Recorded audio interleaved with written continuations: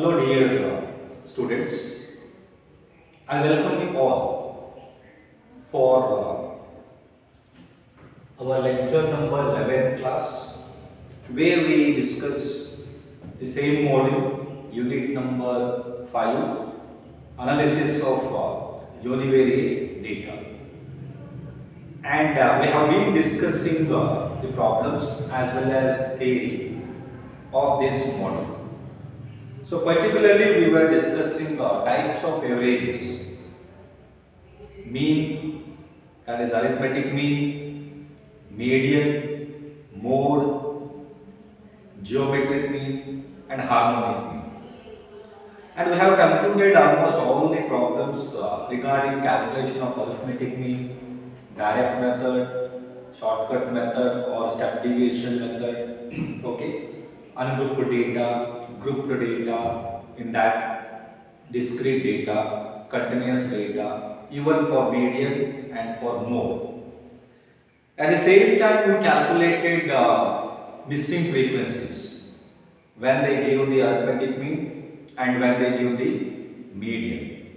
And we worked out some problems on combined mean, where we calculated a combination or combined mean of two different observations, N1 and N2.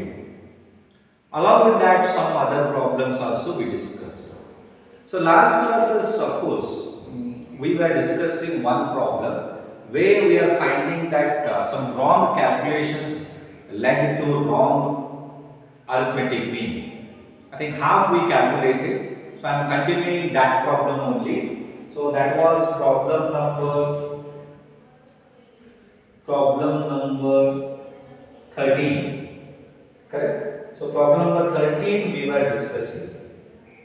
So I have written there solution.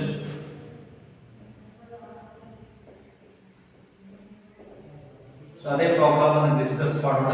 So last class ಅಲ್ಲಿ half ಆಗಿತ್ತು, ಅಂದ್ರೆ ಅಲ್ಲಿ ಏನು calculation ಮಾಡಬೇಕಂತ ಹೇಳಿದ್ರೆ ಒಂದು 50 observations. So ನಮಗೆ ಏನು ಕ್ಯಾಲ್ಕುಲೇಟ್ ಮಾಡಲಿಕ್ಕೆ ಹೇಳಿದ್ರಲ್ಲಿ ಫೈಂಡ್ ದಿ ಕರೆಕ್ಟ್ ಮೀನ್ ಅಂತ ಹೇಳ್ತಾರೆ. ಸೊ ಅದನ್ನೇ ಬರ್ಕೊಳ್ಳೋಣ, ಕ್ಯಾಲ್ಕುಲೇಷನ್ ಆಫ್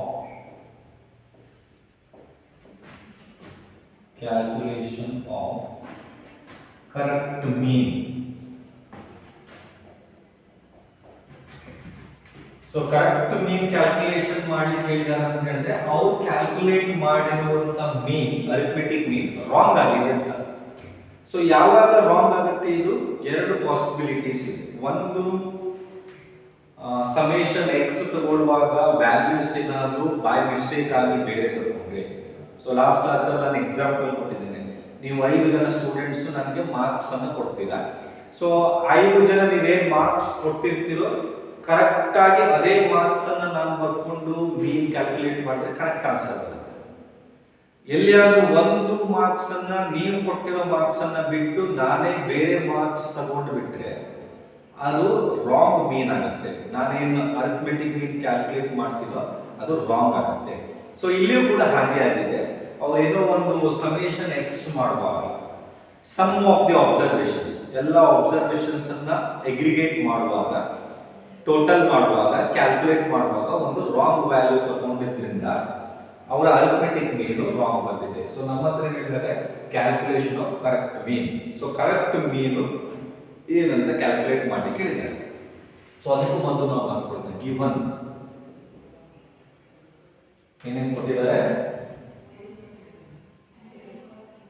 ಎಕ್ಸ್ ಬಾರ್ ಕೊಟ್ಟಿದ್ದಾರೆ, ಅಂದ್ರೆ ಮೀನ್ ಕೊಟ್ಟಿದ್ದಾರೆ. ಇದು ರಾಂಗ್ ಮೀನ್, ಅವ್ರು ಕ್ಯಾಲ್ಕುಲೇಟ್ ಮಾಡಿರುವಂತ ರಾಂಗ್ ಮೀನ್. ಎನ್ ಕೊಟ್ಟಿದ್ದಾರೆ 50, ಕರೆಕ್ಟಾ? 50 ಅಬ್ಸರ್ವೇಷನ್ಸ್. ಆಮೇಲೆ ಒಂದು ರಾಂಗ್ ವ್ಯಾಲ್ಯೂ ಕೊಟ್ಟಿದ್ದಾರೆ. ಸ್ವಲ್ಪ ಈ ಕಡೆ ಬರೀತಾನೆ, ಈಕ್ವೇಶನ್ ಎಲ್ಲ ಒಂದೇ ಕಡೆ ಬರಲಿ. ರಾಂಗ್ ವ್ಯಾಲ್ಯೂ ಕೊಟ್ಟಿದ್ದಾರೆ, ಎಷ್ಟು? 100. ಕರೆಕ್ಟ್ ವ್ಯಾಲ್ಯೂ ಎಷ್ಟಾಗಿತ್ತು? ಆಕ್ಚುಲಿ ಕರೆಕ್ಟ್ ವ್ಯಾಲ್ಯೂ 180 ಆಗಿತ್ತು. ಸೊ ಅವರು ಅಬ್ಸರ್ವೇಷನ್ ಮಾಡಿದ್ರು. ಎಷ್ಟು ಜನರ ಅಬ್ಸರ್ವೇಷನ್? 50 ಸ್ಟೂಡೆಂಟ್ಸ್ ಅಬ್ಸರ್ವೇಷನ್ ಮಾಡಿದ್ರು. ಆಮೇಲೆ ಅದರ ಮೀನ್ ಅನ್ನು ಅರಿಥಮೆಟಿಕ್ ಮೀನ್ ಅನ್ನು ಕ್ಯಾಲ್ಕುಲೇಟ್ ಮಾಡಿದ್ರು. They have calculated arithmetic mean and they have got the answer arithmetic mean as 100. But later they found that one value was wrongly taken as 100 instead of 180. Correct? So 50 observations ತಗೊಂಡು, number of observations ತಗೊಂಡು ಅವರ values ತಗೊಂಡು arithmetic mean ಅನ್ನು calculate ಮಾಡಿದ್ರು. So arithmetic mean ಅನ್ನು calculate ಮಾಡಿದವರು ಏನು ಬಂತು? ಅವರಿಗೆ 100 ಅಂತ ಬಂತು, ಎವರೇಜ್ 100 ಅಂತ ಬಂತು. ಬಟ್ ಆಮೇಲೆ ಅವರಿಗೆ ಏನು ಗೊತ್ತಾಯ್ತು ಅಂತ ಹೇಳಿದ್ರೆ, ಈ n ನಲ್ಲಿ 50 ಇದೆಯೋ ಅಂದ್ರೆ x1 x2 x3 x4 x50 50 observations, ಅಲ್ಲಿ ಒಂದು ವ್ಯಾಲ್ಯೂ ಏನಾಗಬೇಕಿತ್ತಂತೆ? 180 ಆಗಬೇಕಿತ್ತಂತೆ. ಬಟ್ ಅವರು ಬೈ ಮಿಸ್ಟೇಕ್ ಆಗಿ 100 ತಗೊಂಡು. ಸೊ ಅವರಿಗೆ ಈಗ ಗೊತ್ತಾಯ್ತು ನಾವು ಕ್ಯಾಲ್ಕುಲೇಟ್ ಮಾಡಿರುವಂತ ಅರಿಥಮೆಟಿಕ್ ಮೀನ್ ರಾಂಗ್ ಅಂತ ಗೊತ್ತಾಯ್ತು. ಸೊ ಅದಕ್ಕೆ ನಮ್ಮ ಹತ್ರ ಏನು ಹೇಳಿದ್ದಾರೆ? ಕರೆಕ್ಟ್ ಆಗಿರೋ ಅರಿಥಮೆಟಿಕ್ ಮೀನ್ ಅನ್ನು ಕ್ಯಾಲ್ಕುಲೇಟ್ ಮಾಡಿ 100 ಇದ್ದ ಪ್ಲೇಸ್ ಅಲ್ಲಿ 180 ತಗೊಂಡು ಕರೆಕ್ಟ್ ಆಗಿರೋ ಅರಿಥಮೆಟಿಕ್ ಮೀನ್ ಅನ್ನು ಕ್ಯಾಲ್ಕುಲೇಟ್ ಮಾಡಿ ಅಂತ ಹೇಳಿದ್ದಾರೆ. ಸೊ ಇದನ್ನು ನಾವು ಸ್ಟೆಪ್ ಅಲ್ಲಿ ಮಾಡೋಣ. ಓಕೆ, ಸ್ಟೆಪ್ಸ್ ಬರೀತೇನೆ. ಸ್ಟೆಪ್ 1. ಸೊ ಸ್ಟೆಪ್ 1 ನಲ್ಲಿ ಏನು ಮಾಡೋಣ? ಕ್ಯಾಲ್ಕುಲೇಷನ್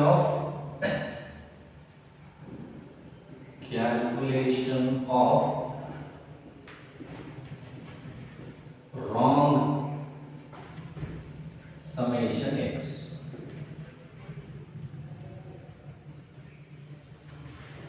ಯಾಕೆ ರಾಂಗ್ ಸಮೇಷನ್ x ಅನ್ನು ಕ್ಯಾಲ್ಕುಲೇಟ್ ಮಾಡಬೇಕು? ಯಾಕಂತ ಹೇಳಿದ್ರೆ ಅವರು ರಾಂಗ್ ವ್ಯಾಲ್ಯೂ ತಗೊಂಡಿದ್ದಾರೆ. ರಾಂಗ್ ವ್ಯಾಲ್ಯೂ ತಗೊಂಡಿದ್ದಾರೆ ಅಂತ ಹೇಳಿದ್ರೆ ಯಾವುದೋ x ವ್ಯಾಲ್ಯೂ ರಾಂಗ್ ಆಗಿದೆ. ಯಾವುದೋ x ವ್ಯಾಲ್ಯೂ ರಾಂಗ್ ಆಗಿದೆ. ಅದು x1 ಇರಬಹುದು, x2 ಇರಬಹುದು, ಟಿಲ್ x50. ಬಟ್ ಈ x1 ಇಂದ x50 ತನಕ ಏನು ವ್ಯಾಲ್ಯೂ ತಗೊಂಡಿದ್ದಾರೋ ಅದರಲ್ಲಿ ಒಂದು ವ್ಯಾಲ್ಯೂ ರಾಂಗ್ ಆಗಿದೆ. ಸೊ ಒಂದು ವ್ಯಾಲ್ಯೂ ರಾಂಗ್ ಆಗಿದೆ ಅಂತ ಹೇಳಿದ್ರೆ ಟೋಟಲ್ ಕೂಡ ರಾಂಗ್ ಆಗಲೇಬೇಕು. ಸಮೇಷನ್ x ಅಂತ ಹೇಳಿದ್ರೆ sum of the observations, SUM not SOME, sum of the observations, ಎಲ್ಲ ಅಬ್ಸರ್ವೇಷನ್ಸ್ ಆಡ್ ಮಾಡಿದಾಗ ಸಮೇಷನ್ x ಬರುತ್ತೆ. ಬಟ್ ಈ ಒಂದು x ಅಲ್ಲಿ ಒಂದು ರಾಂಗ್ ವ್ಯಾಲ್ಯೂ ಬಂದಿದೆ. ಅವಾಗ ಏನಾಗುತ್ತೆ? ರಾಂಗ್ ಸಮೇಷನ್ x ಆಗುತ್ತೆ. ಇದನ್ನ ಹೇಗೆ ಕ್ಯಾಲ್ಕುಲೇಟ್ ಮಾಡೋದು? therefore x bar is equal to summation x divided by n. x bar ಎಷ್ಟಿದೆ? 100 is equal to summation x calculate ಮಾಡಬೇಕು. n ಎಷ್ಟಿದೆ? 50. ಓಕೆ, ಸೊ 50 ನ ಈ ಕಡೆ ತರೋಣ. 100 into 50 ಆಯ್ತು is equal to summation x ಆಯ್ತು. ಎಷ್ಟು ಬಂದಿದ್ದು? 5000 ಆಯ್ತು. therefore summation x is equal to 5000 ಆಯ್ತು. ಯಾವ ಸಮೇಷನ್ x ಇದು? Wrong summation x. ಯಾಕೆ ರಾಂಗ್ ಆಯ್ತು? ಒಂದು ವ್ಯಾಲ್ಯೂ ರಾಂಗ್ ತಗೊಂಡಿದ್ದಾರೆ, ಅದಕ್ಕೆ ಇದು ರಾಂಗ್ ಆಯ್ತು. ಓಕೆ, ಸ್ಟೆಪ್ 2 ಅಲ್ಲಿ ನಾವು ಏನು ಮಾಡೋಣ? Calculation of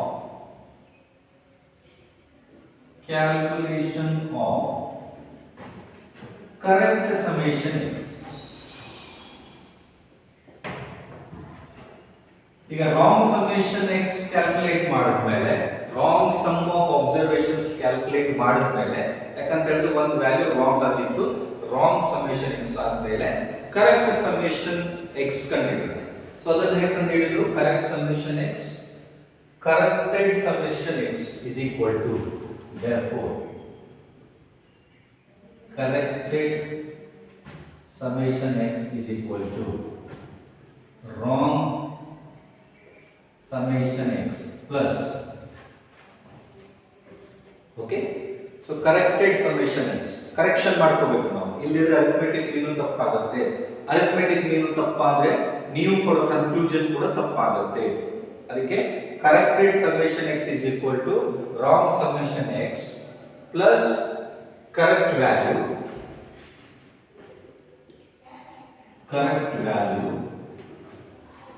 minus wrong value. Correct? So wrong summation x ಎಷ್ಟು ಬಂತೀಗ? 5000 ಬಂತು. ಕರೆಕ್ಟ್ ವ್ಯಾಲ್ಯೂ ಎಷ್ಟು ಆಗುತ್ತೆ? ಎಷ್ಟೊತ್ತಿತ್ತು 180 ಆಗಬೇಕಿತ್ತು. ರಾಂಗ್ ವ್ಯಾಲ್ಯೂ ಎಷ್ಟು 100. ಸೊ ಕರೆಕ್ಟೆಡ್ ಸಮೇಷನ್ x ಎಷ್ಟಾಗುತ್ತೆ ಈಗ 5000 ಪ್ಲಸ್ 180 ಮಾಡೋಣ. 5000 ಪ್ಲಸ್ 180 ಮೈನಸ್ 100 ಎಷ್ಟು ಬರ್ತಿರೋ 5080 ಬರುತ್ತೆ.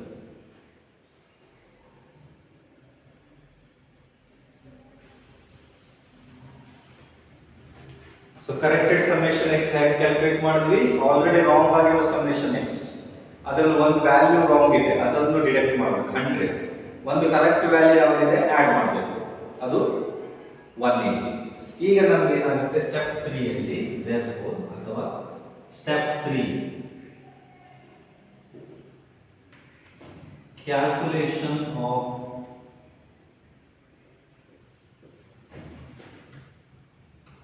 correct mean. Calculation of correct mean. ಈಗ ಏನಾಗುತ್ತೆ therefore x bar is equal to summation x divided by n. summation x ಎಷ್ಟು ಕ್ಯಾಲ್ಕುಲೇಟ್ ಮಾಡ್ತೀವಿ ಈಗ 5080. n ಏನು ರಾಂಗ್ ಆಗಿಲ್ಲ, n ಸೇಮ್ ಇದೆ 50 ಅಲ್ವಾ. x bar is equal to ಎಷ್ಟು ಬರುತ್ತೆ ಇದು 5080 divided by 50, 101.6.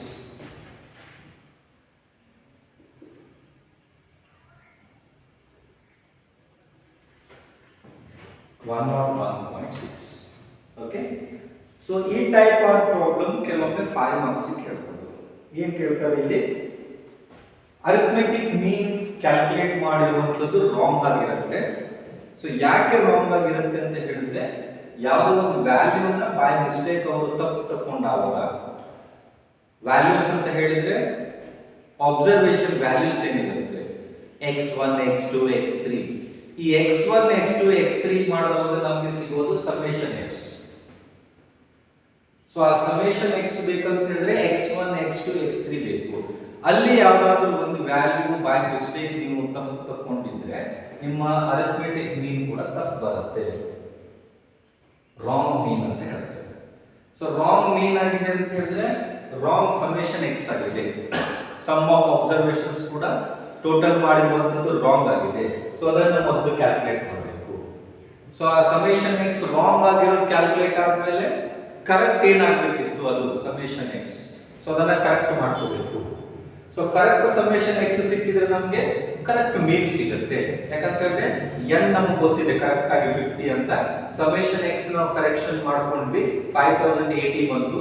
So 5080 divide by 50 ನಮಗೆ ಈಗ ಕರೆಕ್ಟ್ ಮೀನ್ ಸಿಕ್ತು. ನೋಡಿ ಎಷ್ಟು ಡಿಫರೆನ್ಸ್ ಆಗಿದೆ. ನೀವು ರಾಂಗ್ ಕ್ಯಾಲ್ಕುಲೇಟ್ ಮಾಡಿದ್ದು ನಾವು 100 ಆಗಿತ್ತು x ಬಾರ್, ಬಟ್ ಆಕ್ಚುಲಿ ಎಷ್ಟಾಗಬೇಕಿತ್ತು ಅದು 101.6 ಆಗಬೇಕಿತ್ತು ಎವರೇಜ್. ಸೊ ಈ ಟೈಪ್ ಆದ ಪ್ರಾಬ್ಲಮ್ ಬರುತ್ತೆ, ಒಂದೇ ಇದೆ ಎಕ್ಸರ್ಸೈಸ್ ಅಲ್ಲಿ. ಸೊ ಇದು ಒಂದು ಪ್ರಾಬ್ಲಮ್ ಅನ್ನ ನೋಡಿಕೊಂಡ್ರೆ ಸಾಕು. ಓಕೆ. ಸೊ ಅರಿಥಮೆಟಿಕ್ ಮೀನ್ ನಲ್ಲಿ ಒನ್ ಆಫ್ ದಿ ಎವರೇಜಸ್ ಈ ಟೈಪ್ ಅಲ್ಲಿ ಏನೇನು ಪ್ರಾಬ್ಲಮ್ಸ್ ಮಾಡಿದ್ದೇವೆ ನಾವು ಇಲ್ಲಿ ತನಕ, ಅವೆಲ್ಲ ಸಿಂಪಲ್ ಅರಿಥಮೆಟಿಕ್ ಮೀನ್, ಸಿಂಪಲ್ ಅರಿಥಮೆಟಿಕ್ ಮೀನ್ ಪ್ರಾಬ್ಲಮ್. ಯಾಕಂತ ಹೇಳಿದ್ರೆ ಎಲ್ಲಿಯೂ ಕೂಡ ನಾವು ವೇಟ್ ಬಗ್ಗೆ ಹೇಳೋದನ್ನ ನೋಡಿಲ್ಲ. ಓಕೆ. ಸೊ ಕಾಮನ್ ಆಗಿ ಅರಿಥಮೆಟಿಕ್ ಮೀನ್ ಅಲ್ಲಿ ಎರಡು ಟೈಪ್ ಬರುತ್ತೆ, ಒಂದು ಸಿಂಪಲ್ ಅರಿಥಮೆಟಿಕ್ ಮೀನ್, ಇನ್ನೊಂದು ವೇಟೆಡ್ ಅರಿಥಮೆಟಿಕ್ ಮೀನ್ ಅಂತ ಬರುತ್ತೆ. Okay. So weighted arithmetic mean ಅಲ್ಲಿ ಒಂದು ಪ್ರಾಬ್ಲಮ್ ಅನ್ನು ಬಿಡಿಸೋಣ. Again simple problem, then we go for geometric mean and harmonic mean. Okay.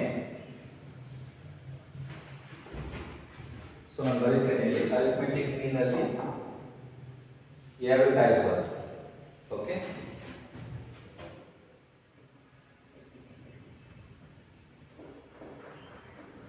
Arithmetic mean,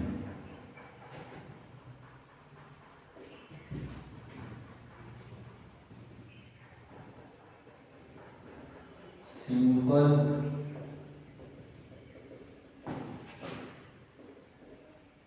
arithmetic mean, weighted arithmetic mean. So what is the difference? Simple arithmetic mean ಅಂತ ಹೇಳಿದ್ರೆ where all the observations are treated equally. Where ಇಲ್ಲೇ ಬರೀತೇನೆ into bracket, where all the observations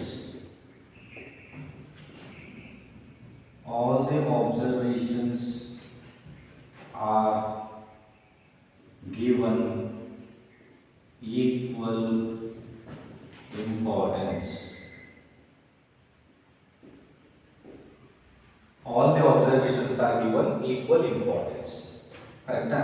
so ಅಲ್ಲಿ last classes ಅಲ್ಲಿ ನಾನು ಹೇಳಿದ್ದೇನೆ, ನಿಮ್ಮ marks ಅನ್ನು ನಾನು ತಗೊಳ್ತೇನೆ. 50 ಜನ ಸ್ಟೂಡೆಂಟ್ಸ್ ಇದ್ದಾರೆ ಈ ಕ್ಲಾಸ್ ನಲ್ಲಿ, ಸ್ಟ್ಯಾಟಿಸ್ಟಿಕ್ಸ್ ಸ್ಟೂಡೆಂಟ್ಸ್. ಸೊ ನಿಮ್ಮ 50 ಜನರ ಮಾರ್ಕ್ಸ್ ಅನ್ನು ತಗೊಂಡು ಎವರೇಜ್ ಕ್ಯಾಲ್ಕುಲೇಟ್ ಮಾಡ್ತೇನೆ. ಅದು ಸಿಂಪಲ್ ಅರಿಥಮೆಟಿಕ್ ಮೀನ್ ಆಗುತ್ತೆ. ಸೊ ಅಲ್ಲಿ ನಾನು ಎಲ್ಲಾ ಅಬ್ಸರ್ವೇಷನ್ಸ್, ಎಲ್ಲಾ ಮಾರ್ಕ್ಸ್ಗೂ ಈಕ್ವಲ್ ಇಂಪಾರ್ಟೆನ್ಸ್ ಕೊಡ್ತೇನೆ. ಈಕ್ವಲ್ ಇಂಪಾರ್ಟೆನ್ಸ್ ಅಂದ್ರೆ 1 ರಿಂದ 50 ರೋಲ್ ನಂಬರ್. ಸೊ 1 ರಿಂದ 50 ರೋಲ್ ನಂಬರ್ ತನ ಮಾರ್ಕ್ಸ್ ಏನು ಕೊಟ್ಟಿದ್ದೀರೋ ನೀವು 50 ಸ್ಟೂಡೆಂಟ್ಸ್ ಎಲ್ಲರಿಗೂ ಈಕ್ವಲ್ ಇಂಪಾರ್ಟೆನ್ಸ್ ಕೊಡೋದು. ಬಟ್ ಇಲ್ಲೇನು ಮಾಡ್ತೇನೆ ನಾನು, ವೇಟೆಡ್ ಅರಿಥಮೆಟಿಕ್ ಮೀನ್ ಅಲ್ಲಿ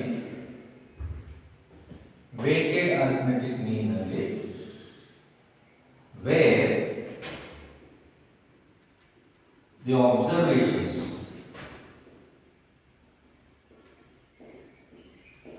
ಆರ್ taken by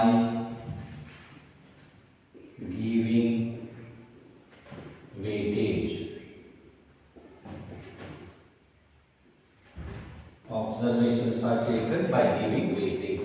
ಇಲ್ಲಿ ನಾನು ಅದೇ 50 ಸ್ಟೂಡೆಂಟ್ಸ್ ಮಾರ್ಕ್ಸ್ ಏನು ತಗೊಳ್ತೀನೋ ಎಲ್ಲ ಪ್ರತಿಯೊಬ್ಬರ ಮಾರ್ಕ್ಸ್ಗೂ ವೇಟೇಜ್ ಕೊಡ್ತಾ ಹೋಗ್ತೇನೆ. ರೋಲ್ ನಂಬರ್ 1 ಇದು 90% ಮಾರ್ಕ್ಸ್ ಆಗಿದೆ, ಅವರಿಗೆ ವೇಟ್ ನಂಬರ್ 1 ಅಂತ ಕೊಡ್ತೇನೆ, ಫಸ್ಟ್ ವೇಟೇಜ್ ಕೊಡ್ತೇನೆ. ರೋಲ್ ನಂಬರ್ 2 80 ಮಾರ್ಕ್ಸ್ ಆಗಿದೆ, ಅವರಿಗೆ ವೇಟೇಜ್ 2 ಅಂತ ಕೊಡ್ತೇನೆ. ರೋಲ್ ನಂಬರ್ 3 75 ಆಗಿದೆ, ಅವರಿಗೆ ವೇಟೇಜ್ 3 ಅಂತ ಕೊಡ್ತೇನೆ. ಓಕೆ, ಬಟ್ ಅಲ್ಲೇನು ಮಾಡ್ತೇನೆ ನಾನು, ಸಿಂಪಲ್ ಅರಿಥಮೆಟಿಕ್ ಮೀನಲ್ಲಿ ಯಾರಿಗೂ ವೇಟೇಜ್ ಕೊಡೋದಿಲ್ಲ, ಎಲ್ಲರಿಗೂ ಈಕ್ವಲ್. ಎಲ್ಲರೂ ಮಾರ್ಕ್ಸ್ ಅನ್ನು ತಗೊಂಡು ಅರಿಥಮೆಟಿಕ್ ಮೀನ್ ಅನ್ನು ಕ್ಯಾಲ್ಕುಲೇಟ್ ಮಾಡ್ತೇನೆ.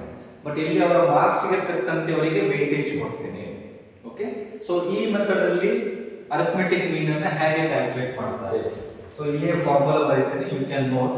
therefore x bar is equal to summation w. Okay, so once I check the formula, summation wx divided by summation wx divided by summation w. So what is this w? W is nothing but weight. We are giving weight to the given observations, to the collected observations. ಯಾವ observations data ನಾವು collect ಮಾಡಿರ್ತೀವೋ ಎಲ್ಲ observations, x ಅಂತ ಹೇಳಿದ್ರೆ observations data collect ಮಾಡಿರ್ತೀವಿ. So ಅದೆಲ್ಲದಕ್ಕೂ ನಾವು wait ಕೊಡ್ತಾ ಹೋಗ್ತೇವೆ, ಅವಾಗ ಏನಾಗುತ್ತೆ, ಅದು ವೇಟೆಡ್ ಅರಿಥಮೆಟಿಕ್ ಮೀನ್. ಸೊ ಇದ್ರ ಮೇಲೆ ನಾವು ಒಂದು ಪ್ರಾಬ್ಲಮ್ ಇದೆ ಎಕ್ಸರ್ಸೈಸ್ ಅಲ್ಲಿ ಡಿಸ್ಕಸ್ ಮಾಡೋಣ, ಹೇಗೆ ಕ್ಯಾಲ್ಕುಲೇಷನ್ಸ್ ಮಾಡೋದು ಅಂತ. ಓಕೆ, ಸೊ ಫಾರ್ಮುಲಾ ನೆನಪಿರಲಿ, ಸಿಂಪಲ್ ಅರಿಥಮೆಟಿಕ್ ಮೀನ್ ಆಗಿದೆ ನಾವೇನ್ ಮಾಡ್ತಿದ್ವಿ, x bar is equal to summation x divided by n ಅಂತ ತಗೊಳ್ತೀವಿ ಅಲ್ವಾ.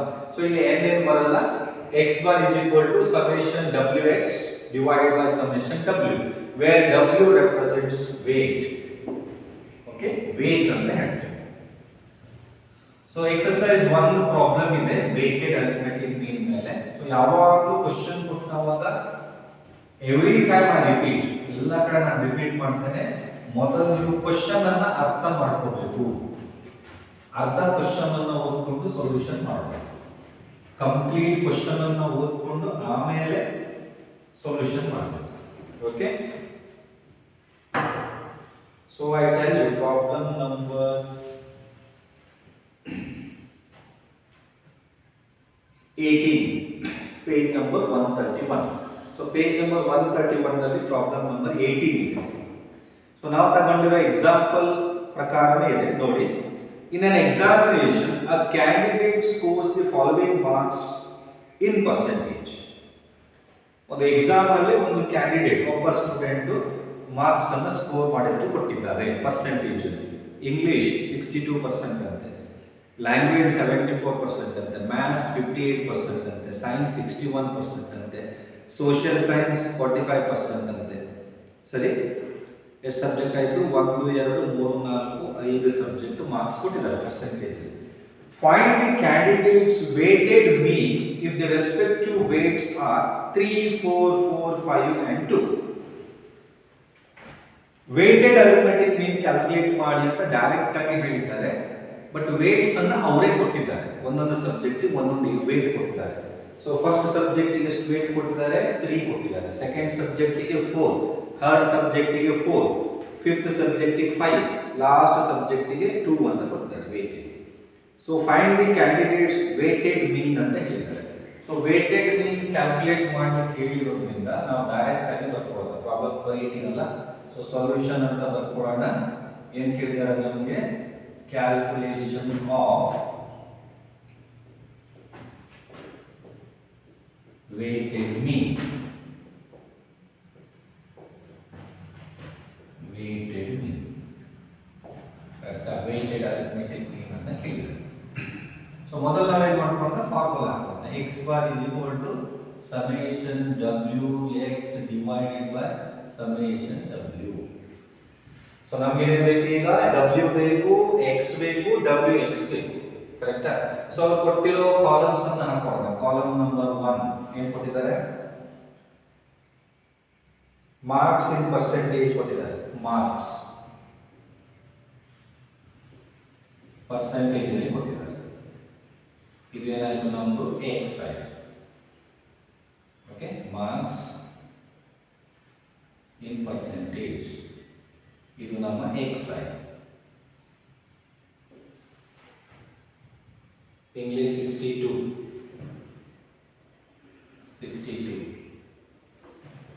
74,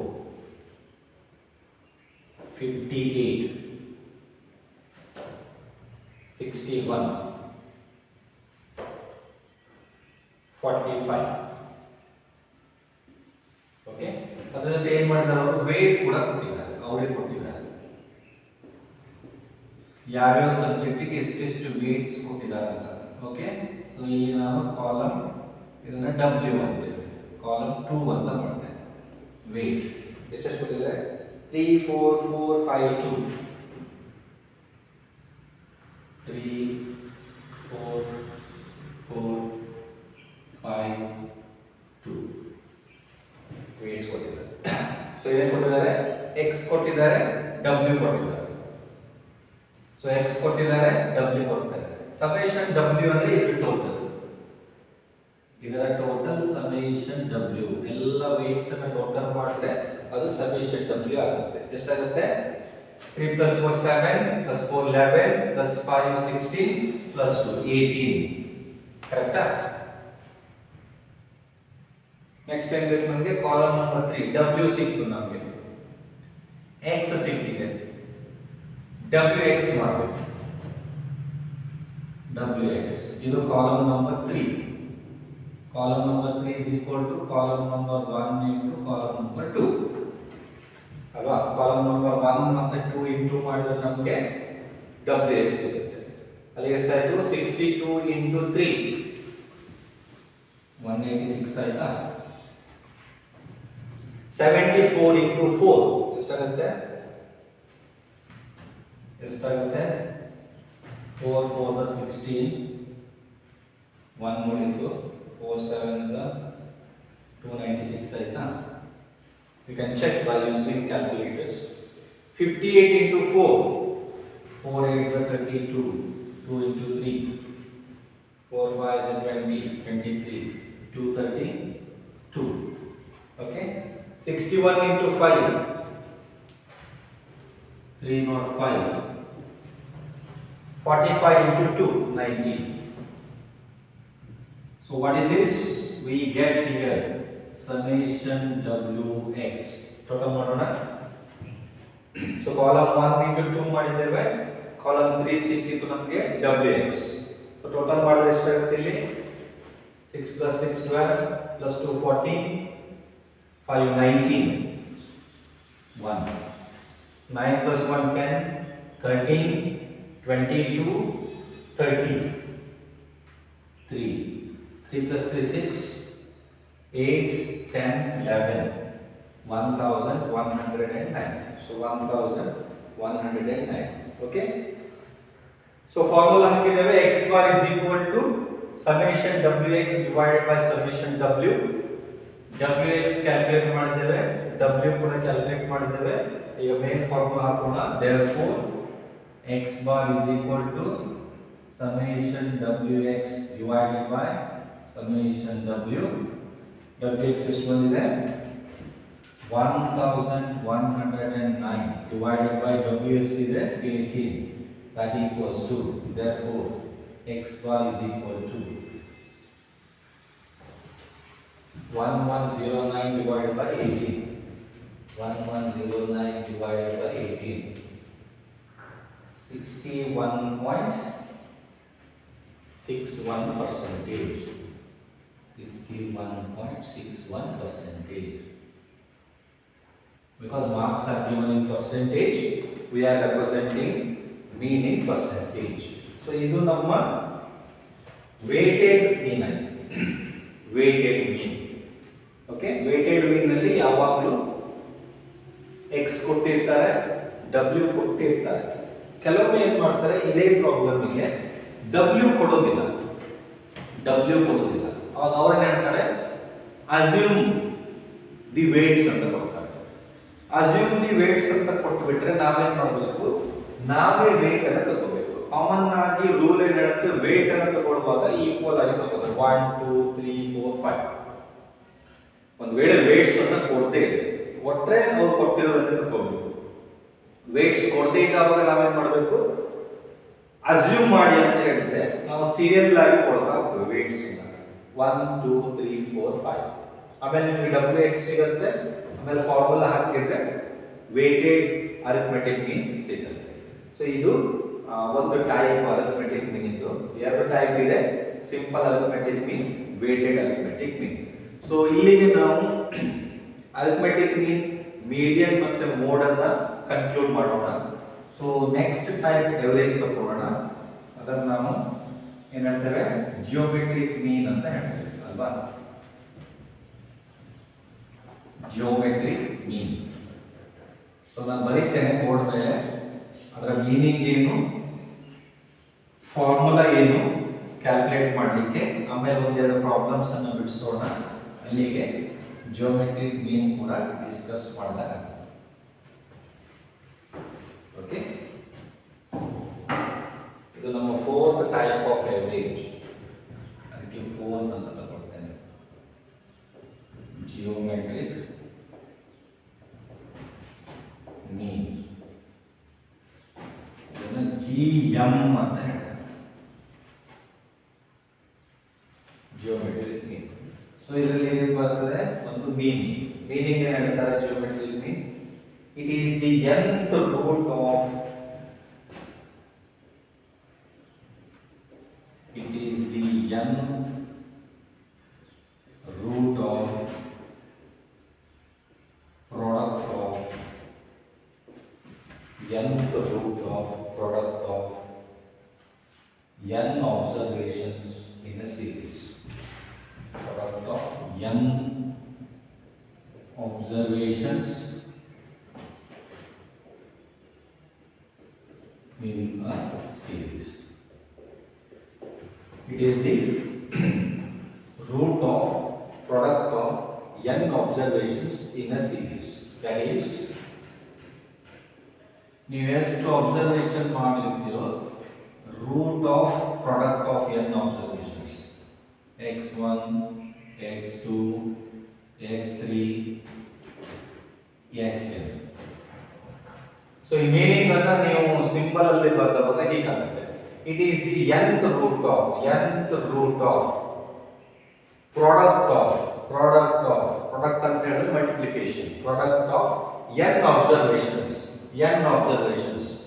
Observation number 1 2 3 n observations in a series. ಎಷ್ಟು ಡೇಟಾ ಕಲೆಕ್ಟ್ ಮಾಡಿರ್ತೀರೋ ಅದ್ರದ್ದು ಪ್ರಾಡಕ್ಟ್ ಮತ್ತೆ nth ರೂಟ್ ಅನ್ನು ನಾವೇನು ಹೇಳ್ತೇವೆ ಜಿಯೋಮೆಟ್ರಿಕ್ ಮೀನ್ ಅಂತ ಹೇಳ್ತೇವೆ. ಇದು ಒಂದು ಪಾಯಿಂಟ್. ಆಮೇಲೆ okay,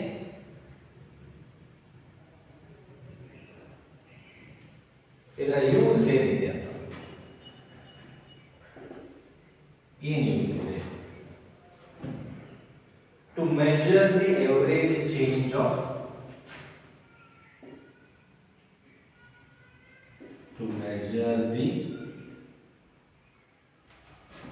average change of growth. To measure the average change of growth. So geometric mean ಅನ್ನು ಯಾವಾಗ ಯೂಸ್ ಮಾಡ್ತಾರೆ? To measure the average change of growth. Growth ಅಲ್ಲಿ ಏನು average change ಆಗುತ್ತೋ, ಏನು ಬದಲಾವಣೆ ಆಗುತ್ತೋ ಅದನ್ನ ಮೆಜರ್ ಮಾಡಲಿಕ್ಕೆ ಜಿಯೋಮೆಟ್ರಿಕ್ ಮೀನ್ ಅನ್ನ ಯೂಸ್ ಮಾಡ್ತಾರೆ. ಸೊ ಹಾಗೆ ನಮ್ಗೆ ಗೊತ್ತುಂಟು ಎರಡು ಟೈಪ್ ಡೇಟಾ ಬರುತ್ತೆ. ಒಂದು ಅನ್ಗ್ರೂಪ್ಡ್ ಡೇಟಾ, ಕೇಸ್ 1 ಅಂತ ತಗೊಳ್ತೇನೆ. ಓಕೆ, ಅನ್ಗ್ರೂಪ್ಡ್ ಡೇಟಾ ಬಂದವಾಗ ಜಿಯೋಮೆಟ್ರಿಕ್ ಮೀನ್ ಅನ್ನ ಹೇಗೆ ಕ್ಯಾಲ್ಕುಲೇಟ್ ಮಾಡಬೇಕು? ಅನ್ಗ್ರೂಪ್ಡ್ ಡೇಟಾ ಬಂದವಾಗ ಹೇಗೆ ಕ್ಯಾಲ್ಕುಲೇಟ್ ಮಾಡ್ತಾರೆ? Geometric mean is equal to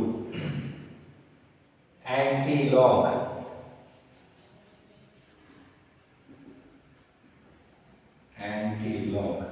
summation log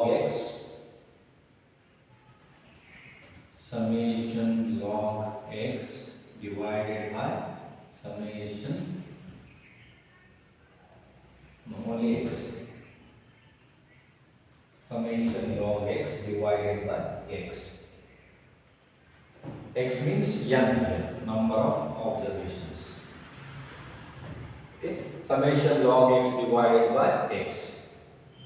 So there we need log value as well as anti-log values. So case 2, grouped data, that too when they give continuous series. Geometric mean is equal to summation f log x divided by capital N. Sorry, anti-log is there because anti-log gives the final value. Okay, anti-log, same thing. Their frequency is not that, here it is of frequency. Anti-log summation f log x divided by capital N. Capital N means summation x. Capital N means summation f, not x. Summation f. Okay. Now the problem with this geometric mean is, anyhow it measures the average change of growth. But the problem is nth root calculation is very difficult at all the cases. Alva. So nth root of product of n observations ಅಂತ ಹೇಳಿದ್ರೆ ಎಲ್ಲ ಕೇಸ್ಗಳಲ್ಲಿ ಕಷ್ಟ ಆಗುತ್ತೆ. For example ಒಂದು 50 observations ಕೊಟ್ಟರು ಅಂತ ತಿಳ್ಕೊಳ್ಳಿ. So 50 observations ಕೊಟ್ಟವಾಗ ಏನಾಗುತ್ತೆ? n 50 ಆಗುತ್ತೆ. 50 into 1 into 2 into 3 into 4 into and so on till 50 ಅಲ್ವಾ? ಸೊ 1 into 2 into 50 ತನ ಇಂಟು ಮಾಡಿ 50th ರೂಟ್ ಆಗುತ್ತೆ. ಅವಾಗ ಕಾಂಪ್ಲಿಕೇಶನ್ ಆಗುತ್ತೆ ಕ್ಯಾಲ್ಕುಲೇಷನ್. ಆ ಉದ್ದೇಶಕ್ಕಾಗಿ ಏನು ಮಾಡ್ತಾರೆ? ಇದನ್ನ ಯೂಸ್ ಮಾಡ್ತಾರೆ ಅನ್ಗ್ರೂಪ್ಡ್ ಡೇಟಾಗೆ. ಈಗ ಎರಡೇ ವ್ಯಾಲ್ಯೂಸ್ ಕೊಟ್ಟರೆ ಪ್ರಾಬ್ಲಮ್ ಇಲ್ಲ. For example calculate the geometric mean of 2 and 4. So 2 into 4 square root of calculate ಮಾಡ್ಬೋದು. 10 ವ್ಯಾಲ್ಯೂಸ್ ಕೊಟ್ಬಿಟ್ರೆ ಇಲ್ಲಿ ಕಷ್ಟ ಆಗುತ್ತೆ. ಸೊ ಅವಾಗ ಏನು ಮಾಡ್ತೀವಿ ನಾವು? ಇದನ್ನ ಯೂಸ್ ಮಾಡ್ತೇವೆ. anti-log summation log x divided by x.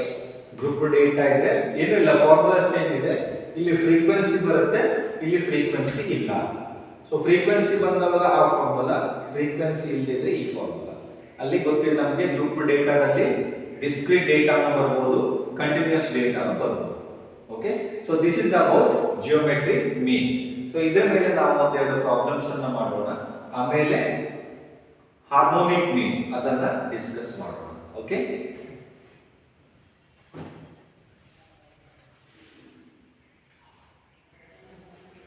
so I take problem number 19. So 19th problem ಇದೆ ನೋಡಿ.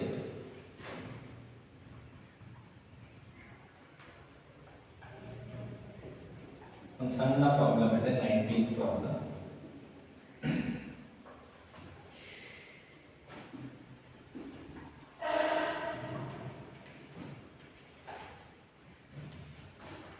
Okay, so we take problem number 19.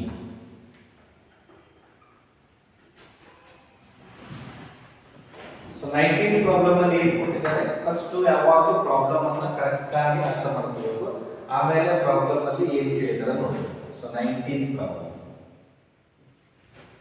Find geometric mean of 1, 4 and 16. 1 mark ಅಥವಾ 2 ಮಾರ್ಕ್ಸ್ ಕೇಳಬಹುದು. Find geometric mean of 1, 4 and 16. ಇದನ್ನ ನಾವು first formula ಹಾಕಬಹುದು. Solution calculation of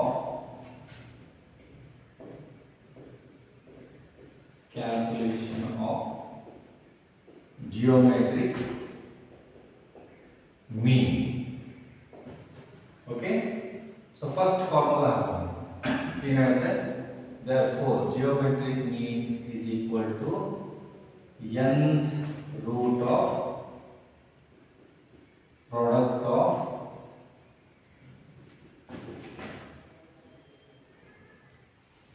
n observations in a given series. So nth root ಯಾವ್ಯಾವ ಇದೆ values 1, 4, 16. So square root 1 into 4 into 16. So nth ಅಂತ ಹೇಳಿದ್ರೆ cube. Okay, so 1 into 4 into 16, more observations are 1, 2, 3. More observations is root. ಎಷ್ಟಾಗುತ್ತೆ ಇದು 64 cube. ಎಷ್ಟು ಬರುತ್ತೆ 4. 4 into 4 into 4 64. ಬರೀ root ಆಗಿದ್ರೆ 8 ಬರ್ತಿತ್ತು. 8 into 8 64. ಓಕೆ, ಸೊ ಕ್ಯೂಬ್ ಇರೋದ್ರಿಂದ not square root. Okay, cube root, that is 4. So that is problem number 19. ಇದನ್ನ ಕೆಲವೊಮ್ಮೆ 1 ಮಾರ್ಕ್ ಅಥವಾ 2 ಮಾರ್ಕ್ಸ್ ಕೊಡ್ತಾರೆ. ನಾವು ಅವಾಗ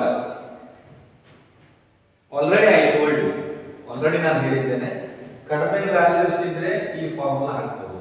ಇಲ್ಲೊಂದು 10 ವ್ಯಾಲ್ಯೂಸ್ ಬಂದ್ಬಿಟ್ರೆ ಈ ಫಾರ್ಮುಲಾ ಹಾಕ್ಲಿಕ್ಕಾಗಲ್ಲ. ಅವಾಗ ನಾವು ಅಲ್ಲಿ ಅನ್ಗ್ರೂಪ್ಡ್ ಡೇಟಾ ಫಾರ್ಮುಲಾ ಅಥವಾ ಗ್ರೂಪ್ಡ್ ಡೇಟಾ ಕೊಟ್ಟಿದ್ದಾರೆ ನೋಡ್ಕೊಂಡು ಆ ಫಾರ್ಮುಲಾ ಹಾಕಬೇಕು. ಸೊ ಅದ್ರ ಮೇಲೆ ಯಾವ ಪ್ರಾಬ್ಲಮ್ ಇದೆ, 21 ಇದೆ, problem number 21. Okay, so hoping that this is clear to you, I take problem number 21.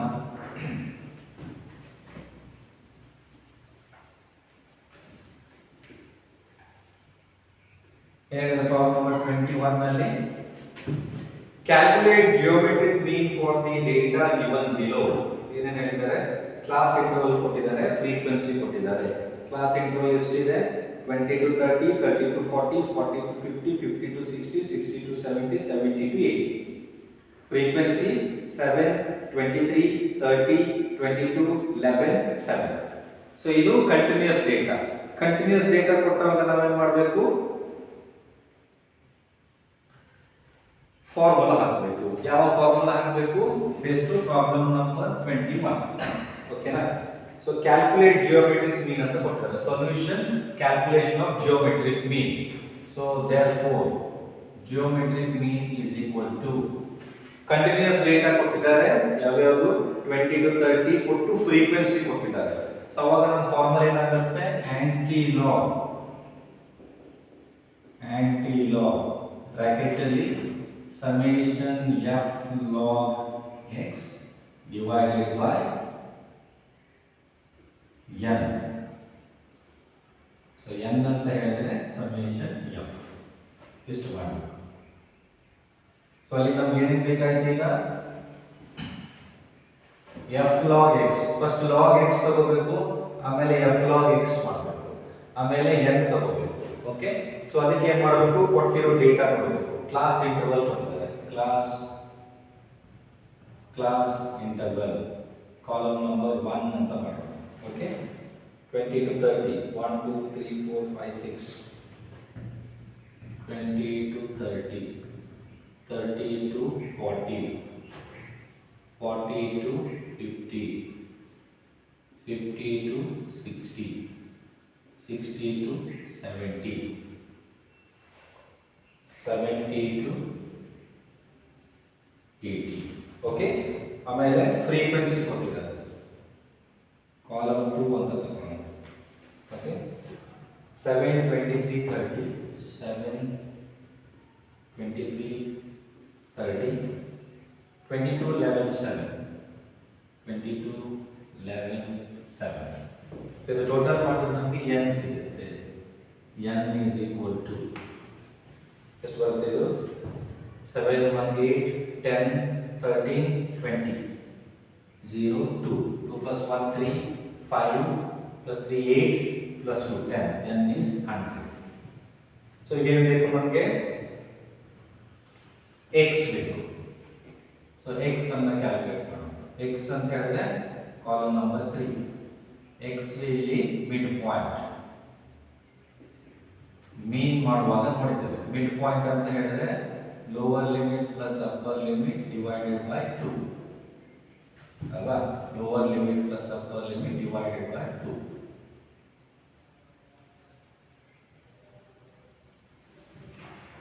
Okay, so 20 plus 30 divided by 2 25.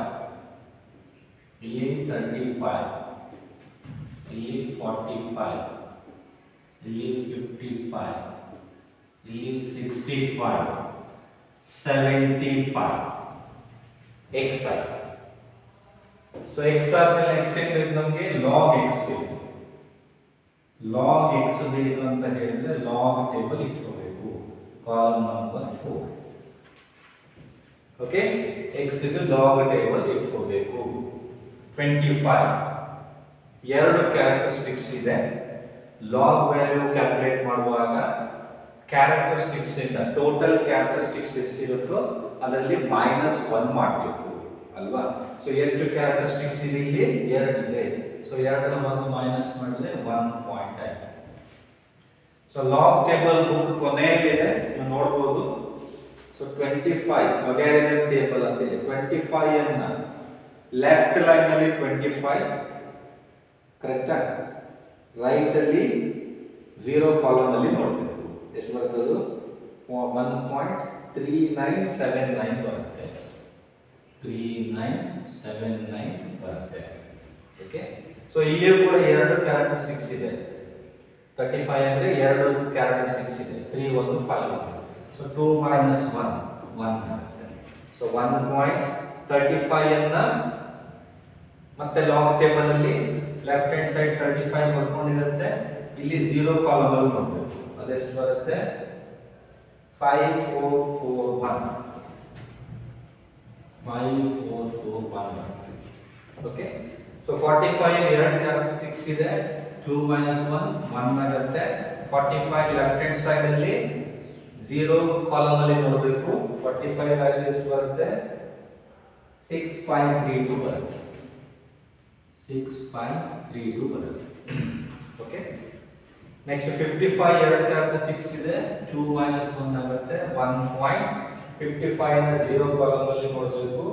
ಅದು 7404 ಬರುತ್ತೆ. 7404 ಬರುತ್ತೆ. ಓಕೆ, 65 ಎರಡು ಕ್ಯಾರೆಕ್ಟರಿಸ್ಟಿಕ್ಸ್ ಇದೆ. ಎರಡು ಒಂದು ಮೈನಸ್ ಆಗುತ್ತೆ. 1.65 0 ಕಾಲಮ್ ಅಲ್ಲಿ ನೋಡಿದ್ರೆ 8129 ಬರುತ್ತೆ. 8129. ಓಕೆ, 75 ಮತ್ತೆ ಎರಡು ಕ್ಯಾರೆಕ್ಟರಿಸ್ಟಿಕ್ಸ್ ಇದೆ. ಎರಡರ ಒಂದು ಮೈನಸ್ ಆಗುತ್ತೆ. 1.75 0 ಕಾಲಮ್ ಅಲ್ಲಿ ನೋಡಬೇಕು. 8751. ಇದಿಷ್ಟು ಲಾಗ್ ಟೇಬಲ್ ಅನ್ನು ನೋಡಿ ವ್ಯಾಲ್ಯೂಸ್ ಬರೆಯುವಂಥದ್ದು. ಇನ್ನೇನು ಬೇಕು ನಮಗೆ? f log x ಬೇಕು. f log x ಇದು ನಮ್ಮ column number 5 which is equal to column number 5 is equal to f log x. f ಅಂತ ಹೇಳಿದ್ರೆ column number 2 into log x ಅಂತ ಹೇಳಿದ್ರೆ column number 4. So column number 2 into column number 4. So 7 into 1.3979. This was the 7 into 9.7853. 9.7853. Okay.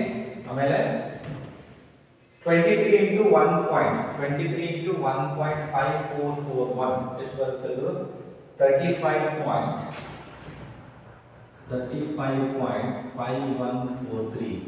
So calculator ಅಲ್ಲಿ calculate ಮಾಡಬೇಕು, answer ಬರುತ್ತೆ 35.5143. Next 30 into 1.6532. 30 into 1.6532. 49.596. 49.596. Okay. Next 22 into 1.7404. 38.288. Okay. 11 into 1.8129. 19.9419. Okay. 7 into 1.8751. 7 into 1.8751. This was the 13.1257. 13.1257. So the total mark ನಮಗೆ summation f log x ಸಿಗುತ್ತೆ. ಎಷ್ಟು ಬರುತ್ತೆ ಇದು? ಎಷ್ಟು ಬರುತ್ತೆ? 166.252. 166.252. ಓಕೆ. ಸೊ ಒಮ್ಮೆ ಕ್ಯಾಲ್ಕುಲೇಟ್ ಮಾಡಿ ನೋಡೋಣ ಎಲ್ಲ ವ್ಯಾಲ್ಯೂಸ್ ಅನ್ನು. 9.7853 plus 35.5143 plus 49.596 plus 38.2888 plus 19.9419 plus 30.1257. 166.25. So ಎಲ್ಲ ವ್ಯಾಲ್ಯೂಸ್ ನಮಗೆ ಸಿಕ್ತು. ಸೊ ನಾವೇನು ಮಾಡಬೇಕು ಈಗ ಮೇನ್ ಫಾರ್ಮುಲಾ ಅಪ್ಲೈ ಮಾಡೋಣ. ಏನಿದೆ? therefore geometric mean is equal to anti-log into bracket f log x summation f log x calculate ಮಾಡಿದ್ದೇವೆ. ಎಷ್ಟಿದೆ? 166.252 divided by f ಅಥವಾ n ಕ್ಯಾಲ್ಕುಲೇಟ್ ಮಾಡ್ತೀವಿ 100. Okay, which is equal to anti-log ಎಷ್ಟು ಬರುತ್ತೆ ಇದು? So 166.252 divided by 100 ಎಷ್ಟು ಬಂತು? 1.6625. 1.6625. So ಇದನ್ನ ಆಂಟಿ ಲಾಗ್ ಕ್ಯಾಲ್ಕುಲೇಟ್ ಮಾಡೋಣ. ಸೊ ಲಾಗ್ ಕ್ಯಾಲ್ಕುಲೇಟ್ ಮಾಡುವಾಗ ಏನು ಕ್ಯಾರೆಕ್ಟರಿಸ್ಟಿಕ್ಸ್ ಇದೆಯೋ ಅದರಲ್ಲಿ ಒಂದು ಮೈನಸ್ ಆಗುತ್ತೆ. 2 ಕ್ಯಾರೆಕ್ಟರಿಸ್ಟಿಕ್ಸ್ ಇದ್ರೆ -1, 3 ಕ್ಯಾರೆಕ್ಟರಿಸ್ಟಿಕ್ಸ್ ಇದ್ರೆ -1, 4 ಕ್ಯಾರೆಕ್ಟರಿಸ್ಟಿಕ್ಸ್ ಇದ್ರೆ -1. ಆಂಟಿ ಲಾಗ್ ಕ್ಯಾಲ್ಕುಲೇಟ್ ಮಾಡುವಾಗ ಏನು ಕ್ಯಾರೆಕ್ಟರಿಸ್ಟಿಕ್ಸ್ ಇರುತ್ತೋ ಅದಕ್ಕೆ +1 ಆಗುತ್ತೆ. ಸೊ ಈ 1 ಇದೆ ಅಂದ್ರೆ +1 ಆಗುತ್ತೆ, 2 ಆಗುತ್ತೆ. ಬಟ್ ಅದು 2 ಯಾವಾಗ ಪಾಯಿಂಟ್ ಹಾಕೋದಂತ ನಾನು ಹೇಳ್ತೇನೆ. ಈಗ 0.66 ಅಥವಾ 0.6 ಆಂಟಿ ಲಾಗ್ ಟೇಬಲ್ ಇದೆ ನಿಮ್ಮ ಹತ್ರ, ನಿಮ್ಮ ಬುಕ್ ಕಡೆಯಲ್ಲಿ ಆಂಟಿ ಲಾಗ್ ಟೇಬಲ್. ಓಕೆ, 0.66 ಅನ್ನ ಕರೆಕ್ಟ್ ಆಗಿ ಹೇಳ್ತೇನೆ, ನೆನಪಿಟ್ಟುಕೊಳ್ಳಿ. 0.66 ಅನ್ನ